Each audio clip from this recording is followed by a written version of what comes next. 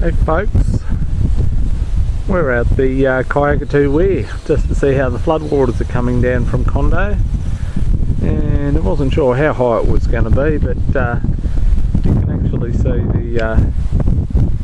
the top two rungs of the weir just poking out there, and it goes right over to the other side, and it's amazing how wide the river is, really.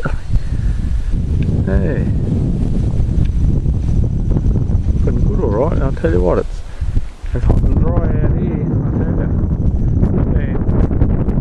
Look around here, and there's a mammoth amount of water. Hey.